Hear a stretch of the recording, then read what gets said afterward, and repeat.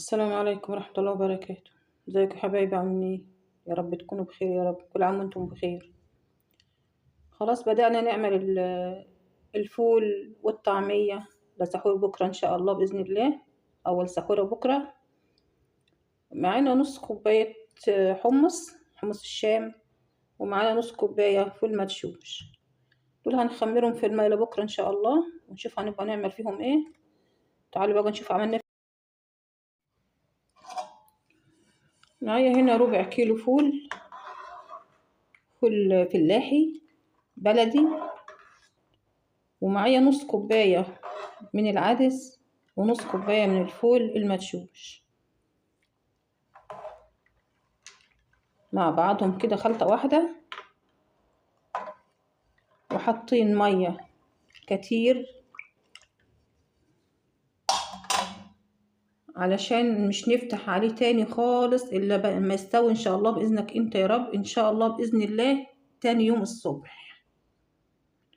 هيدنوا على نار المية تغلي شوية، حوالي دقيقة او دقيقتين، تغلي عادي على نار عالية عادي. وبعدين بعد كده نوطي النار سهراية زي ما بيقولوا، سهراية أو شمعة، ونغطي عليه غطا محكم، ونسيبه لا إن شاء الله بإذنك أنت يا رب لتاني يوم الصبح. أهم شيء إن احنا نحط مية بزيادة، علشان طبعا انت هتحطيه على النار وتسيبيه تخشي تنامي، فلازم تبقي انت مطمنة عليه إنه مش هينشف لا قدر الله ولا ينحرق. فاحنا بنحط مية بزيادة علشان الحتة دي يستوي براحته ومن غير ما يجراله حاجة. والمية الزايدة مش بتخسر، هو كده كده لما بيبرد حبة المية بتربط معاه. في فول مشوش، في عدس، وده كله عوامل ربط. ماشي اهو مع حضراتكم. نغسله كويس، عايزين بس نشيل الرغاوي دي ان شاء الله باذن الله نشيلها، نحاول نشيلها كلها. دي من العدس والفول المدشوش. بسم الله الرحمن الرحيم.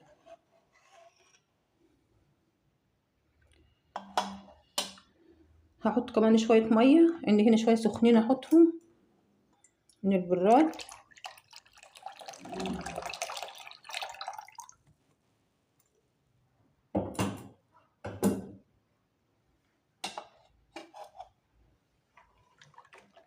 كده حلو.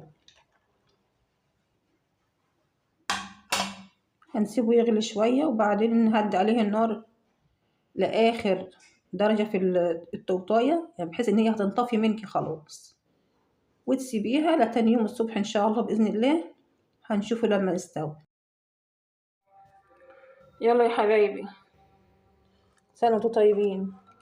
احنا خمرنا الفول المدشوش والحمص من بالليل، حطيتهم على بعضهم وهنحطهم في الخلاط ونشوف هنعمل ايه. هنبهرها، هنحط بس ايه، هنبهرها بعدين. هخلي البهارات بعد عند التصنيع، عند ما نيجي نشتغل يعني. ماشي. لو هحطها في الفريزر مش عايزه احط فيها حاجه خالص، ولا ملح ولا اي بهارات ولا حاجه. احط وقتين وانا جايه ايه اشتغل بس كده. انا هحطها في الخلاط. ضربنا الطعميه يا حبايبي، يلا نشوفها مع بعض. بسم الله الرحمن الرحيم.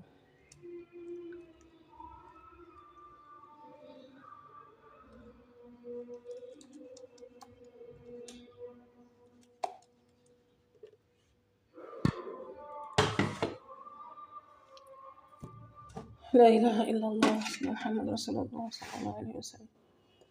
اهي يا حبايبي متماسكه اهي ما شاء الله اللهم بارك.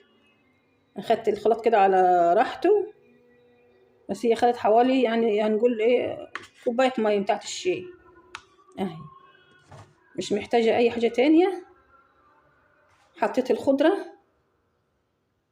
الخضره حلوه بس مش ظاهره في الكاميرا، والحمص حطيت ملح يا حبايبي عشان الطعم، وحطيت شويه شويه اللهم صل على النبي، اللهم ذكرني يا رب.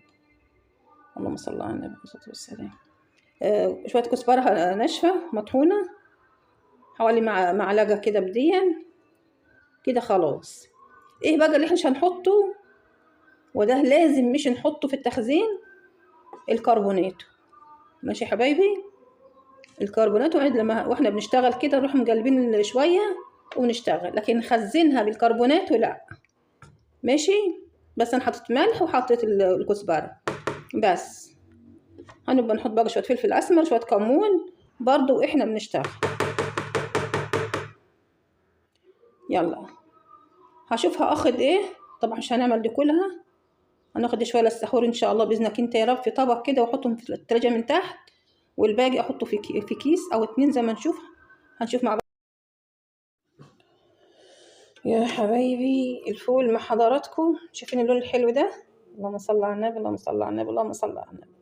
لا ما شاء الله لا قوه الا بالله.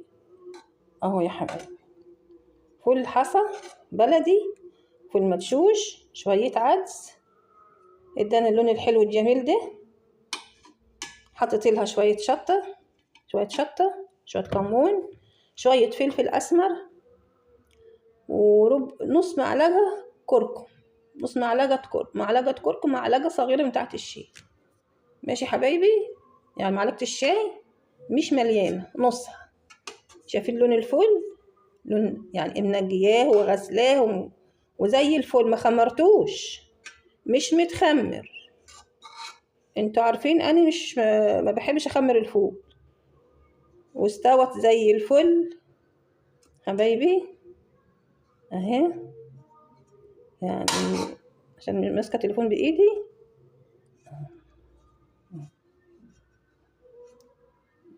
فول مستوي، لا مستوي زي الزبده والله. اللون الحلو ده مش بنلاقيه في الفول اللي بره. سنه وانتوا طيبين يا حبايبي، عشان السحور والفطور يعني. لا اللي مش قادر يعني يطبخ، يعمل محشي، يعمل لحوم، يعمل ده يعمل ده. طبق فول، شويه طعميه، شويه سلطه، بطاطسايه مقليه، وهتبقى لقمه زي الفل بألف هنا وشفا على قلب اللي يعملها وياكلها. المهم الإنسان يبقى قريب من ربنا وعنده ضمير ومحترم نفسه ومحترم الناس وأخلاقه حلوة زي ما ربنا أمرنا. أهم شيء يا جماعة الرضا. أهم شيء نبقى احنا راضيين عن ربنا. لازم نرضى عن ربنا سبحانه وتعالى. يعني نرضى عن ربنا، يعني نرضى باللي بيجي اسمه إلنا، نرضى بما قسم الله. مش شرط خالص. يعني الشهر ده سبحان الله، يعني زي ما يكون الشهر ده احنا بنستناه كأننا ما بناكلش طول السنة، وبنعمل حساب الشهر ده كأنه شهر أكل وشرب. لا لا خالص والله يا جماعة، دي شهر العبادة، شهر قراءة القرآن، شهر التراويح، شهر الصلاة والصوم. دي شهر عبادة مش شهر أكل وشرب، لكن احنا فاهمين غلط. فالموجود يا حبايبي والله هنفطر بيه وهنسحر بيه ونصبح صايمين طالما ربنا بلغنا رمضان وادانا الصحة والعافية، فنرضى بما قسم الله لينا. وما فيش مانع أبدا طالما ربنا مقدرنا احنا نوسع على أطفالنا وعلى أرواحنا وعلى أهل بيتنا. طبعا دي أكيد يعني، بس طالما أني ما عنديش، هو ده رزقي ودي ربنا قسمني بيه، أبا الحمد لله والشكر لله، أحمد ربنا عليه. اوعي تقعد وتحط ايديك على خدك، اوعي تبصي لحد، مش تبصي لخلق الله. خليكي مع نفسك، ارضي بما قسم الله وقولي الحمد لله باللقمة اللي ربنا هيديها لك تفطري بيها، او في اي وقت مش شرط رمضان. رضا عن ربنا يرضى عنا، رضينا عن ربنا بيرضى عنا سبحانه وتعالى. سنة وانتم طيبين. يلا عشان نعبي الفول. الله اكبر الله اكبر. كده احنا خلصنا يا حبايبي. عملنا أشهد أن لا إله إلا الله. عملنا الطعمية وعبيناها في الأكياس، طلعنا كيسين، وطلعنا اللي في الطبق هنعمله في السحور إن شاء الله بإذنك أنت يا رب. وأدي الفول يا حبايبي، أدي كيس، دي كيس ده كبير شوية فيه طاقتين 3، والكيس ده هنقول طاقة.